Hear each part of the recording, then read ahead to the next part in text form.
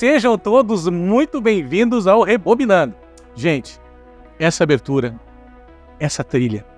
Hoje a gente vai mergulhar numa época de cavaleiros, castelos, criaturas fantásticas e feitiços. Como sempre, a gente vai revisitar uma obra que deixou legados na história do cinema, que fez a gente sonhar em ser cavaleiro ou acreditar no amor eterno. Então, tira a poeira do teu videocassete, rebobina aí, vem comigo.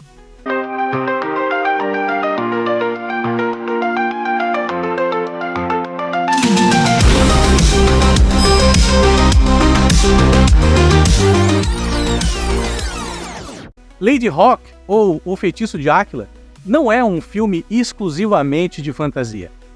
Para mim, ele é uma aventura medieval incrível, com ação, um elemento místico específico, uma pitadinha de comédia e uma fantástica história de amor impossível.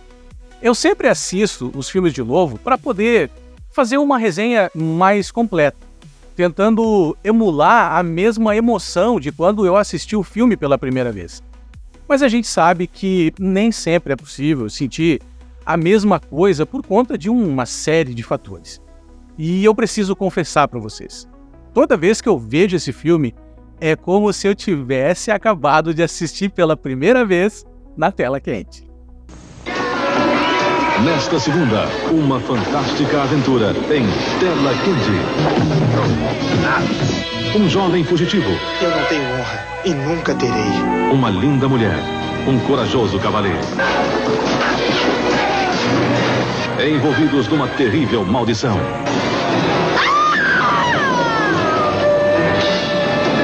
Lady Hawk, O Feitiço de Áquila. Nesta segunda, em Tela Quente.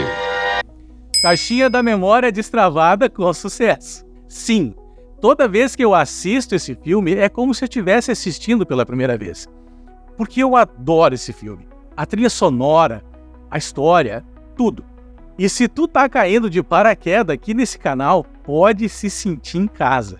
Esse canal é um espaço dedicado para todo mundo que ama a cultura pop das décadas de 70, 80 e 90. Um pouquinho dos anos 2000 também. Aqui a resenha é com um sentimento nostálgico, é com o coração. E olha só, discordar da resenha não tem problema nenhum. Nunca vai ser uma ofensa discordar. Então, já deixa o teu like, se inscreve no canal e ativa o sininho, para não perder nenhuma novidade. E também compartilha com os outros fãs que também amam as décadas perdidas. Ah, e sempre lembrando, vai ter spoiler.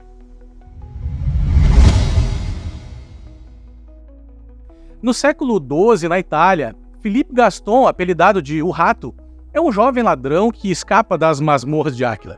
O bispo de Áquila, então, ordena que o capitão da guarda encontre Philippe e que traga ele de volta, pois ninguém nunca tinha escapado das masmorras de Áquila. Durante a fuga, Philippe é capturado pelos guardas do bispo, que estão prestes a cortar a cabeça dele fora. Mas ele é salvo por um misterioso cavaleiro negro que se revela sendo Etienne Navarre, o ex-capitão da guarda do bispo. Navarre viaja com um falcão fiel e precisa da ajuda de Philippe para se infiltrar em Áquila e matar o bispo. À medida que viajam juntos, Philippe começa a notar eventos muito estranhos, com a presença de um lobo negro à noite e uma mulher muito linda que não tem medo desse lobo. E ainda tem uma ameaça perturbadora do caçador de lobos César, enviado pelo bispo para encontrar o lobo negro e levar a pele dele para o bispo. Navarre e o falcão são feridos durante um confronto com os homens do bispo. Então, Navarre pede para Philippe levar o falcão para um velho monge chamado Impérios para que cure o falcão. No castelo em ruínas de Impérios, Philippe descobre que o falcão é, na verdade, Isabeau d'Anjou, a amada de Navarre. Acontece que o bispo lançou uma maldição sobre eles, transformando Isabeau num falcão durante o dia e Navarre num lobo de noite, garantindo que eles estariam sempre juntos, porém eternamente separados. Desesperado, Navarre planeja matar o bispo, mesmo que isso torne a maldição irrevogável. No entanto, Impérios descobre uma forma de quebrar a maldição. Durante um eclipse solar, Isabeau e Navarre vão poder sim confrontar com o bispo na forma humana, quebrando a maldição. Os quatro então partem para Áquila mesmo com Navarre não acreditando na ideia de quebrar a maldição. Quando eles chegam em Áquila, Navarre decide entrar na catedral, onde o bispo está reunido com o clero, e acabar com a vida dele. Mas antes, ele pede para Impérios que, se ele ouvir o sino tocar, significa que Navarre falhou e que Impérios deve matar Isabeau. Navarre enfrenta Marquet mais uma vez, num confronto final, e durante esse duelo, um dos guardas toca o sino, e Navarre se desespera, sabendo que sua amada está morta. Então, nada mais resta a não ser acabar com a vida do bispo. Mas Impérios não teve coragem de matar Isabeau, e no momento do eclipse, Navarre e Isabeau ficam frente a frente com o bispo e a maldição é quebrada, permitindo que os amantes finalmente fiquem juntos em forma humana para sempre. O Feitiço de Áquila é uma história de amor eterno, sacrifício e coragem, onde a verdadeira força reside no coração daqueles que enfrentam o destino com bravura e esperança. Na minha humilde opinião, a crítica especializada foi muito injusta com esse filme, porque O Feitiço de Áquila é uma verdadeira joia do cinema dos anos 80. É como um diamante bruto, sabe, que foi sendo lapidado ao longo dos anos. Graças a quem? É claro, graças às videolocadoras, que exclusivamente tem um vídeo incrível aqui, uma resenha fantástica, que conta toda a magia dessa época das videolocadoras. Depois vai lá e dá um confere. Dirigido por Richard Donner e produzido pelos estúdios da Warner Bros., o filme se destaca pela atmosfera fantástica e envolvente. Richard Donner, conhecido por trabalhos em A Profecia, de 1976, Superman no filme, de 1978, Os Goonies, de 1985 e Máquina Mortífera, de 1987. Só filmão. Ele trouxe essa habilidade de contar histórias épicas para criar um mundo encantador e visualmente deslumbrante. O roteiro foi escrito por Edward Mara, Michael Thomas e Tom Maneki. Que? O roteiro foi escrito por Edward Mara, Michael Thomas e Tom Mankiewicz. A produção do filme teve um custo de aproximadamente 20 milhões de dólares e durou cerca de 7 meses.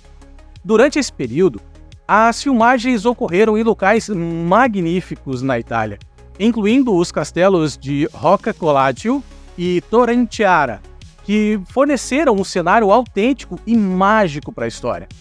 O design de produção teve uma atenção meticulosa aos detalhes, criando uma experiência cinematográfica imersiva, com figurinos impecáveis, adereços e cenários incríveis.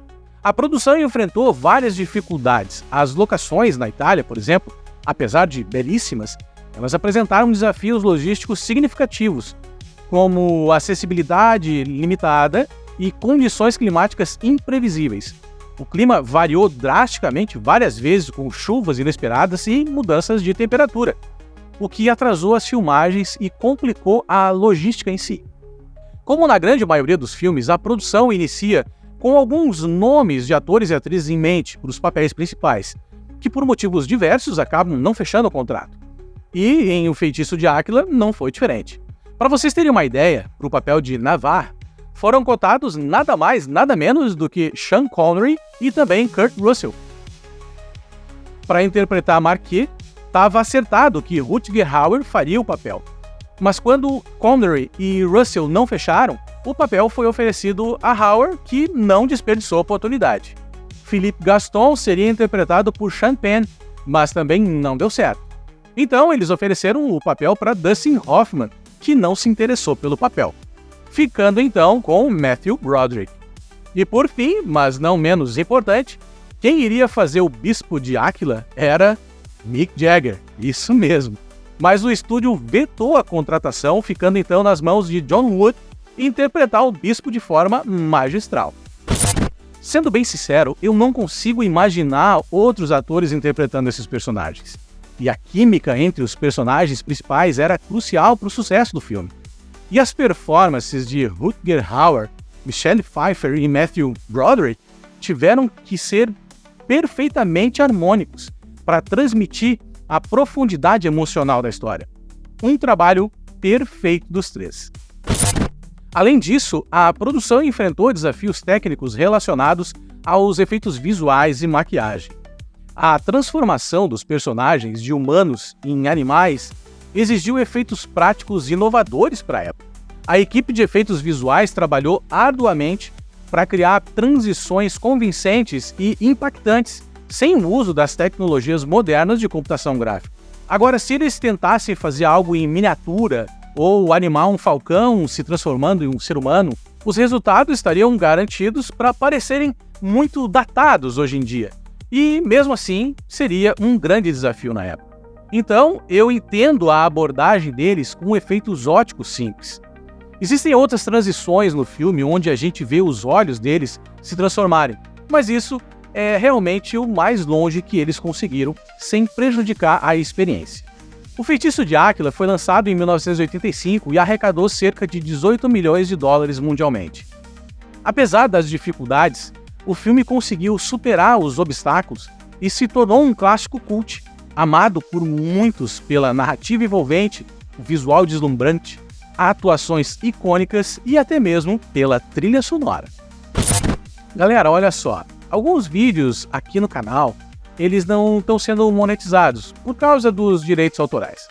Mas eu não vou deixar de fazer o vídeo porque eu acredito que a essência e a nostalgia, elas estão fortemente ligadas à imagem e às trilhas sonoras dessas obras.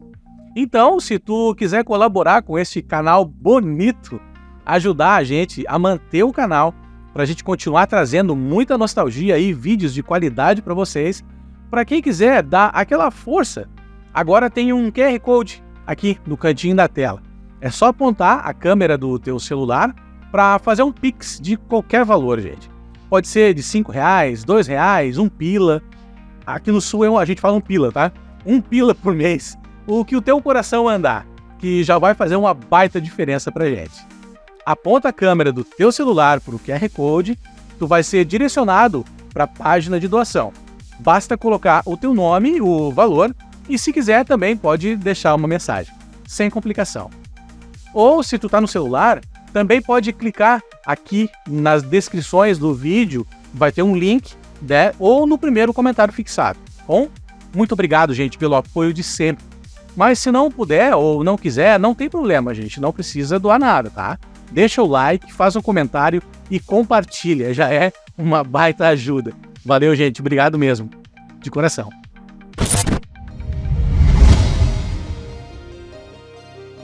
A trilha sonora de O Feitiço de Áquila é magnífica e foi composta por Andrew Powell e produzida por Alan Parsons.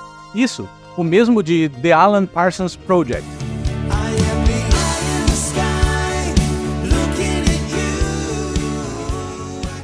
Só que a trilha sonora de O Feitiço de Áquila, ela tem sido alvo de muitas críticas ao longo dos anos. O filme começa com temas orquestrais tradicionais, depois ela entra em modo sintético total, com música de jazz, rock. Se tu ouvir a trilha sonora isoladamente, sem a imagem, ela é realmente muito boa. Mas quando tu sincroniza ela com o filme, é uma experiência engraçada. Parece que ela não se encaixa. É como se tu tivesse assistido um filme diferente. Foi uma abordagem ousada e contemporânea. História Sem Fim fez isso com grande sucesso, um ano antes. Mas quando tu aplica essa abordagem em O Feitiço de Áquila, parece fora de lugar. Agora, a trilha sonora, ela não é apenas música pop ao longo do filme. Ela volta para peças orquestrais ou música medieval e funciona maravilhosamente. Quando tu ouve esses momentos, tu pensa assim, por que eles não fizeram isso o resto da trilha? Richard Donner inicialmente pensou em chamar John Williams ou Jerry Goldsmith para fornecer a trilha sonora, mas ambos estavam indisponíveis. Então Donner abordou Andrew Powell e Alan Parsons e eles concordaram em fornecer a música. Até porque Richard Donner, durante a procura das locações, ele estava escutando o The Alan Parsons Project e ele ficou fascinado pelo trabalho. O elenco de O Feitiço de Áquila entrega performances que capturam perfeitamente a intensidade e o espírito do filme. As atuações são cheias de energia com momentos de humor, drama e ação muito bem equilibrados. Rutger Hauer, como Etienne Navarre, é um cavaleiro destemido, que traz profundidade e carisma para o personagem, mostrando bravura e bondade. Outros trabalhos notáveis de Rutger Hauer incluem Blade Runner, de 1982, Conquista Sangrenta, de 1985, e A Morte Pede Carona, de 1986. Michelle Pfeiffer interpreta Isabeau d'Anjou, uma figura etérea e resiliente, cuja beleza e coragem são inspiradoras. Michelle Pfeiffer entrega uma graça e intensidade, capturando toda a luta interna da personagem. Michelle Pfeiffer também é conhecida por seus papéis em Scarface, de 1983, As Bruxas de Eastwick, de 1987, e De Caso com a Máfia, de 1988. Matthew Broderick, como Philippe Gaston, um jovem ladrão que se torna aliado do casal amaldiçoado. Broderick traz uma leveza e esperteza para o personagem, adicionando um toque de humor e mais humanidade para a história. Matthew Broderick também é lembrado por seus papéis em Jogos de Guerra, de 1983, Curtindo a Vida Doidado, de 86, quem é que não lembra, e O Pentelho, de 1996. John Wood interpreta o Bispo de Áquila, o antagonista cujo ciúme e maldade desencadeiam toda a maldição. Wood interpreta o vilão com uma presença intimidadora, representando a tirania e a injustiça. John Wood também é conhecido por seus papéis em Jogos de Guerra, de 1983, A Rosa Púrpura do Cairo, de 1985, e O Corpo, de 2001. Ken Hutchinson, como o Capitão Marquet, entrega uma performance convincente como o leal e implacável capitão da guarda do bispo, cuja missão é capturar Philippe e impedir que Navarre volte para Áquila. Hutchinson também é conhecido por seus papéis em Sob o Domínio do Medo, de 1971, Terror Mortal, de 1975, e também Gandhi, de 1982. Leo McKern, como Impérius, um velho monge que ajuda Navarre e Isabeau a encontrar uma maneira de quebrar a maldição. McKern traz sabedoria e humor para o personagem e se torna uma figura crucial na história. Leo McKern é lembrado por seus papéis em O Homem que Não Vendeu Sua Alma, de 1966, A Filha de Ryan, de 1970, e também em Lagoa Azul, de 1980. Alfred Molina interpreta César, o temido caçador de loucos convocado pelo bispo. A presença dele é ameaçadora e a atuação intensa adiciona uma camada extra de tensão na história. Alfred Molina também é conhecido por seus papéis em Frida, de 2002, Homem-Aranha 2, de 2004 e O Código da Vinci, de 2006. O Feitiço de Áquila é mais um trabalho primoroso da dublagem brasileira dos anos 80. Com nomes e vozes de peso, eles deram vida à atmosfera mágica e à profundidade emocional do filme, permitindo que o público brasileiro se conectasse plenamente com a história e com os personagens. E tu aí, consegue adivinhar qual foi o estúdio? Hã? Hein? E aí? O Feitiço de Áquila. Versão brasileira Telecine. Esta pedra representa o nome da minha família. Esta é a nossa aliança com a Santa Igreja em Roma. Esta aqui. É você, ratinho. Onde está minha faca? Eu deixei ela aqui. O que foi que eu fiz com ela? Acreditasse mesmo. Então, o senhor tem muita coisa a fazer. Eu já fui um grande peso para o senhor. Eu espero que nossos caminhos se cruzem algum dia. Estava possuído, pois Isabeau pressentiu a maldade dele e se afastou dele. Ela devolveu todas as cartas dele sem abrir, seus poemas sem ler. Essa fome impediu que as pessoas pagassem seus devidos tributos à igreja. Eu aumentei os impostos para saber que não sobrou mais nada para eu taxar. Mas na noite passada... Um dos homens disse que você havia voltado. Eu ia cortar a garganta dele por ter mentido, porque eu sabia que você não era estúpido. Isabeau, minhas armadilhas estão cheias. Não posso matar todo lobo que existe. Desde a praga há mais lobos do que homens. E onde assistir esse clássico de aventura medieval? Pessoal, como sempre, no momento que eu estou gravando esse vídeo, o filme O Feitiço de Áquila está disponível nas plataformas de streaming da Apple TV, Disney Plus e Outflix, todos para compra ou aluguel.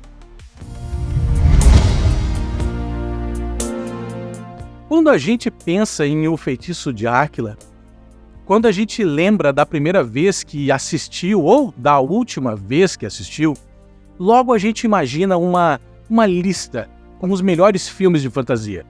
A gente já vai logo listando A História Sem Fim, Conan, o Bárbaro, Cru, A Lenda, O Cristal Encantado, Labirinto, Simba e o Olho do Tigre, e mais uma infinidade de outros filmes que fizeram a gente viajar por mundos, épocas, universos, histórias e emoções que nos afetaram profundamente de alguma forma.